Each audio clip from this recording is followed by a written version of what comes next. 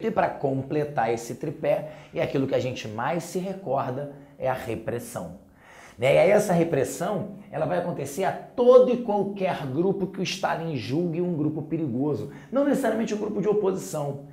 E aí que está a coisa mais violenta dentro desse processo. Por quê? Por exemplo, perseguição ao Trotsky, tudo bem, faz sentido. O Trotsky sempre foi um opositor dele, nunca gostou dele, sempre o criticou. A partir do momento que o Stalin chega ao poder, ele inicia uma perseguição ao trotskismo de uma forma geral incrível.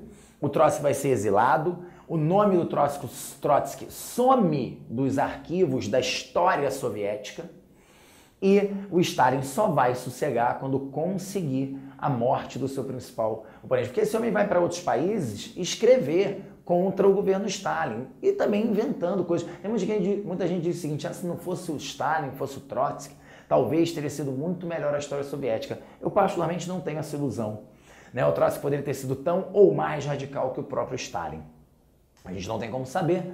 Trotsky acaba indo para o México, e é no México, em 1940, que um homem, Raul Mercader, consegue então matar Trotsky, claro, influenciado aí pela polícia secreta soviética. O Trotsky é morto em 1940. Para o Stalin, claro, isso é um importante passo no sentido de acabar, erradicar com a oposição ao seu governo. Agora, internamente, as perseguições se avolumavam. Então, os grandes expurgos stalinistas são o quê? São essas perseguições, esses julgamentos sumários e as execuções que eram feitas dentro da União Soviética. E aí era uma coisa curiosa, porque alguma coisa dava errado, era muito fácil para o Stalin criticar ou jogar na conta dos seus inimigos. Então, por exemplo, assim ele eliminou grande parte daquele Politburo. Lembra que eu falei para vocês? Acima do partido bolchevique tinha aquele grupinho, o Kamenev, Zinoviev, o Kirov, não é? Então, o próprio Trotsky. Então, esses homens eram os únicos que sabiam que o Stalin não era a grande referência soviética, que o Stalin não era o grande amigo, o grande alinhamento ideológico de Lenin.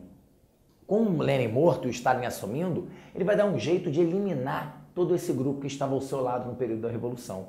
Então ele levou para a morte todos esses grandes líderes e cada vez mais ia se concretizando, consumando o seu poder.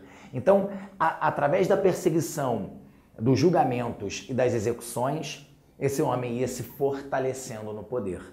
Então, a grande repressão, a grande violência, a grande perseguição interna, ao zinovievismo ou ao trotskismo. Me lembro certa vez, inclusive, que o Stalin falava muito da presença dos trotskistas que estavam boicotando o governo. Então, tudo que dava errado era falar, bota a culpa nos trotskistas.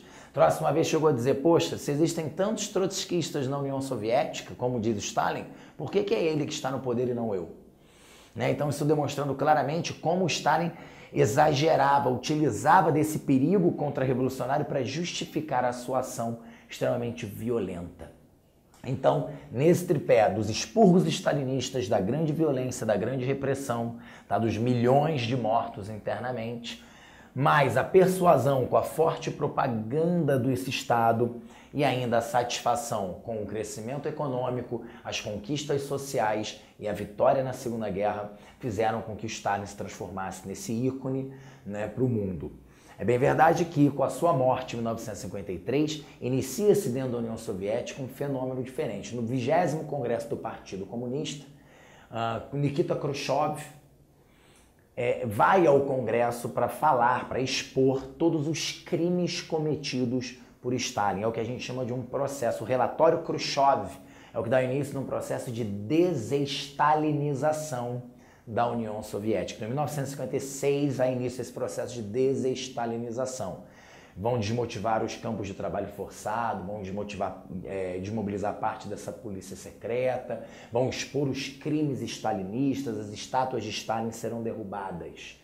É uma nova era, porém, não vou dizer para você que é uma era menos violenta.